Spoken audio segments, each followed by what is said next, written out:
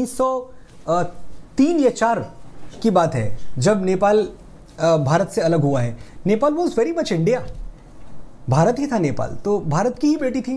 दर्शकवृन्द, नेपाल भारतको भाग हो भन्ने आदिपुरुषका लेखकलाई मेयर बालेनको यस्तो चेतावनी। अबबाट एक शब्द लेख्न र बोल्न समेत 100 पटक सोच्न पर्ने भयो भारतीय लेखकलाई। यस्तै मेयर बालेनले रोकेको भारतीय फिल्म आदिपुरुषमा चलचित्र विकास बोर्डदेखि धेरै नेपालीको साथ, तर दीपकराज गिरीले किन गर्दैछन् बालेनको कदमलाई आलोचना। आउनुहोस् आज यिनै विषयमा केही चर्चा गरौँ। दर्शकवृन्द नमस्कार, म शङ्कर भुसाल, तपाईँ जगत खबर हेर्दै हुनुहुन्छ। यो भिडियो कुन ठाउँबाट हेर्दै हुनुहुन्छ कृपया कमेन्ट गर्नुहोला। सिनेमा थाल्ने बेला दृश्यमा लेखिन्छ यो कथा कसैको जीवनसँग मेल खान गएमा संयोग मानिन्छ। ठिकठिकै स्तरको मानिएको आदिपुरुषमाथि नेपालमा यति बेला चर्को बहस भइरहेको छ। त्यस सिनेमामा सीताबारे प्रयुक्त संवादलाई नेपाली दर्शक र सार्वजनिक वृत्तले संयोग मात्रै मान्न सकिरहेको छैन।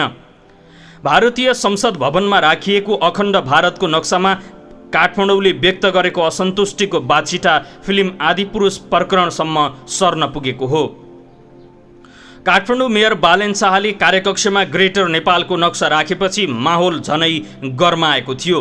भारतीय मिडियाले समेत यो विवादलाई भारत भर्सेस बालेन विवाद झैँ गरी देखाइरहेका छन्। भारतका सोसल मिडिया प्रयोगकर्तामा बालेन नाम ट्रेन्डिङ भइरहेको छ। भेटघाट र कुराकानीमा भारतीय बालेनका बारेमा सोधखोज गरिरहेका छन्।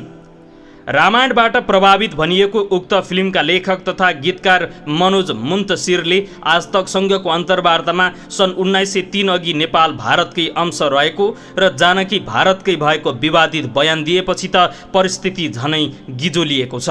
1903 या 4 की बात है जब नेपाल भारत से अलग हुआ है। Nepal was very much India, Bharat ही था नेपाल, तो भारत की ही बेटी थी। मुन्तसिरको बयान र जानकी भारतीय छोरी भएको संवादको पृष्ठभूमिमा बालेनले सोमबारदेखि महानगर क्षेत्रभित्र भारतीय फिल्मलाई निषेध गर्ने घोषणा गरेका छन्। बालेनले गरेको घोषणाको मसी नसुक्दै फिल्मको तालुकदार निकाय सञ्चार मन्त्रालयले घुमाउरो ढङ्गले बालेनलाई काउन्टर दिन खोजेको छ। मन्त्रालयले सेन्सर पास भइसकेको फिल्मलाई लिएर आपत्ति व्यक्त गर्ने कार्यमाथि प्रश्न गरेको छ। यो रस्साकस्सीको एकातिर सिंहदरबार र बागदरबार बीचको लडाईँ देखिन्छ भने अर्कोतिर बालेन र भारत बीचको। यी शब्द लेखिरहँदा बालेनको निर्देशनमा काठमाडौँका सबै हलमा पुगेर नगर प्रहरीले भारतीय फिल्म नचलाउन चेतावनी दिइरहेका छन्। कतिपय आलोचकहरू चाहिँ महानगरबाट शक्ति फैलाउँदै राष्ट्रिय राजनीतिमा छाउने बालेनको महत्त्वाकांक्षामा अखण्ड भारतको नक्सादेखि सिनेमा संवादसम्म सहयोगी बन्न पुगेको भनी कटाक्ष गर्ने गरेका छन्। सुरुमै 3 दिनभित्र आदिपुरुषमा प्रयुक्त उक्त संवादलाई सच्याउन अल्टिमेटम दिएका बालेनको सबै भारतीय फिल्मलाई रोक लगाउने निर्णयलाई लिएर जनमत विवादित भएको छ। कतिपयले उनको यो कार्य क्षेत्राधिकार भन्दा बाहिर रहेको तर्क गर्दैछन् भने बालेन स्वयं चाहिँ संविधानको धारा 5 र 56 को उपधारा 6 ले संघ, प्रदेश र स्थानीय सरकारलाई राष्ट्रिय हितको संरक्षण गर्ने जिम्मेवारी तोकेको बताउँदैछन्।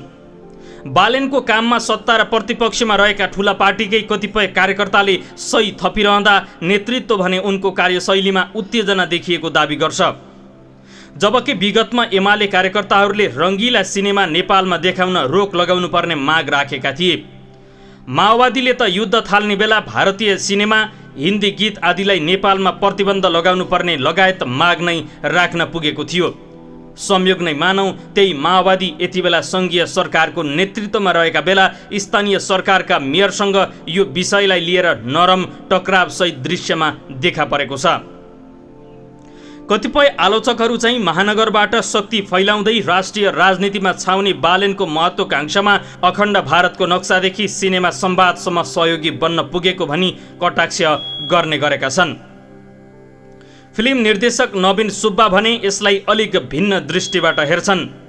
बालेनको शैलीबारे बहस गर्न सकिएला, तर मुख्य समस्या बालेन होइनन्, उनका निर्णयहरू फिल्मलाई राज्यका औपचारिक संयन्त्रले ठिकसँग काम गर्न नसक्दा उत्पन्न भएका नतिजा मात्रै हुन्। सुब्बाका अनुसार सिनेमा बनाउँदा संसारैभरि ध्यान दिइने मुख्य कुरा मध्ये कल्चरल एप्रोप्रिएसन पनि पर्छ, जसमा अर्काको देश, अर्काको संस्कृति आदिलाई नकारात्मक रूपमा प्रस्तुत गर्न पाइँदैन भन्ने हो। भारतले चाहिँ छिमेकका संस्कृतिहरूबारे पहिलेदेखि नै हेपा चित्रण गर्ने गरेका दृष्टान्त उनी दिन्छन्। उसो त राष्ट्रिय राजनीतिदेखि फिल्मसम्म बेला बेलामा राष्ट्रवादी रुझान व्यक्त भइरहने परिघटना नयाँ होइन। आदिपुरुष यसैको पछिल्लो उदाहरण हो।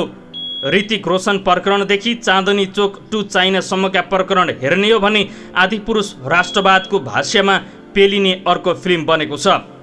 नेपाली सेन्सर बोर्डले सीता भारतकी छोरी भएको वाक्य हटाएर प्रदर्शन अनुमति दिएको थियो र हल सञ्चालकले अधिकतम सुरक्षा संयमता अपनाउँदै प्रदर्शन पनि गरेका थिए। तर भारतमा पनि सच्याउनु पर्ने बालेनको अडान र नेपाल भारतकै अंश भएको भन्ने मुन्तसिरको कुतर्क जस्ता दुई न्यारेटिभमा यो सर्वथोक सिर्जना भयो। विवाद निम्त्याउने फिल्म आदिपुरुषकै कारण बालेनले सबै भारतीय फिल्मको प्रदर्शन रोक्ने घोषणा गरेका छन्। उनले गरेको यो घोषणा कति लामो समय टिक्ला, उनले कुन क्षेत्राधिकारमा रहेर यो निर्णय लिए र कसरी पपुलिज्म राष्ट्रिय राजनीतिको फोर्स फ्याक्टर बन्दैछ भन्ने कुरामा बहस हुँदै पक्कै हुनेछ। एउटा फिल्मको कारण अरू भारतीय फिल्मलाई रोक्ने कार्य वैज्ञानिक नहुने कतिपयको धारणा रहेको छ। निर्माता तथा अभिनेता दीपकराज गिरी भन्छन्, समस्या आदिपुरुषले निकालेको हो, त्यसैले आदिपुरुष मात्रै बन्द गरौँ। उताबाट आउने सबै फिल्म बन्द गर्दा गलत अर्थ लाग्ला। उताबाट धेरै कुरा आउँछ। फिल्म निर्देशक केपी पाठक लेख्छन्, सबै हिन्दी फिल्मलाई एउटै डालोमा हालेर रोक्नुभन्दा जुन फिल्ममा गलत सन्देश सम्प्रेषण भएको छ त्यही मात्रै रोक्दा उचित होला कि? भारतीय सत्तारूढ दल बीजेपी निकट मानिने फिल्म लेखक तथा गीतकार मुन्तसिर हिन्दुत्वका कट्टर समर्थक हुन्। उनको करियर हेर्दा उनी विश्वगुरु बन्ने बाटोमा हिँडेको नरेन्द्र मोदीको भाष्यसँग पूर्ण रूपमा समर्पित छन्। उनले लेखेका गीत र फिल्मको संवाद कथामा हिन्दुत्व र गेरु वस्त्रको छाप स्पष्ट देखिन्छ। आजतकसँगको अन्तर्वार्तामा उनले जसरी नेपाल र भारत अहिले पनि राष्ट्रिय रूपमा एकाकार छन् भन्ने अभिव्यक्ति दिएका छन्, यसले भारतीय संस्थापन पक्षले कुन राडरबाट नेपाललाई हेरिरहेको छ भन्ने सङ्केत मिल्छ। मोदीको दोस्रो कार्यकालमा फिल्मलाई सफ्ट पावरको रूपमा विकास गर्ने उद्देश्य देखिन्छ। मोदी स्वयंले पनि कश्मीर फाइल्स, केरला स्टोरी जस्ता फिल्मको प्रवर्धन गर्दैछन्। हिजो आज उनको ध्यान द डायरी अफ वेस्ट बङ्गालको प्रवर्धन गर्नुमा छ, जसमा ममता बनर्जीलाई भिलेन देखाउँदै भाजपाको प्रचार गरिएको छ। यसै क्रममा नेपालसँग जोडिन पुगेको छ आदिपुरुष सिनेमा। निर्देशक मनोज पण्डित आदिपुरुष लेखक मुन्तसिरको अन्तर्वार्तालाई उनको मात्र निजी अभिव्यक्ति मान्न नहुने तर्क गर्छन्। यो मनोजको मात्रै स्टेटमेन्ट होइन, फिल्म मेकरको पनि स्टेटमेन्ट हो। फिल्म मेकर उदासीन हुन्छ भन्ने होइन। हाम्रो दुर्भाग्य के हो भने गुगलमा पनि यस्तै लेखिएको छ। गुगलले पनि यो लेख्या छ, यो समग्र इन्डियाको सबकन्सियस न्यारेटिभ हो। आदिपुरुष लेखक तथा गीतकार मुन्तसिरको अभिव्यक्तिलाई लिएर निर्देशक निर्माता नवल खड्का भन्छन्, भारतीय शासक र तिनका समर्थकले नेपालको स्वतन्त्रता र सार्वभौमिकता विरोधी गराई र भनाइका विरुद्ध सरकारले तुरुन्त आदिपुरुष र भारतीय चलचित्रहरूको प्रदर्शन रोकी भारत सरकारसँग आफ्नो अडान स्पष्ट गरोस्। सङ्घ र स्थानीय सरकार सिनेमा विवादलाई लिएर आपसमा टक्राउँदै गर्दा फिल्मका दृश्य र संवाद जस्ता विषय कूटनीतिक अभ्यासकै मामिला हुन् भन्ने विषय सँगसँगै स्थापित भइसकेको छ। समयमा पहल कदमी नलिँदा त्यसले अनावश्यक क्रिया प्रतिक्रिया उब्जाउने भएकाले पहिलो प्रयास केन्द्र सत्ताले नै गर्नुपर्ने सिनेकर्मीहरू ठान्छन्। यस्तोमा गर्नुपर्ने काम चाहिँ राज्यले भारतलाई कूटनीतिक नोट पठाउने हो। नेपाल यसमा संवेदनशील छ भन्ने सन्देश प्रवाह गर्न सकिन्थ्यो। नवीन सुब्बा भन्छन्, राज्य नै आफ्नो काममा चुकिसकेपछि स्थानीय सरकारले के गर्यो, कसो गर्यो वा अरू प्रतिक्रिया कसरी प्राप्त भए भन्ने कुरा तपसिल भइ गए। दर्शकवृन्द, तपाईलाई यो विषयवस्तु कस्तो लाग्छ कृपया आफ्नो प्रतिक्रिया तलको कमेन्ट बक्समा लेख्न नबिर्सनुहोला। यस्तै रोचक, रमाइलो र जानकारीमूलक भिडियोको साथमा हामी फेरि उपस्थित हुनेछौँ। आजलाई भने स्क्रिप्ट राइटर गोविन्द भुसालसँगै मलाई पनि बिदा दिनुहोस्। नमस्कार।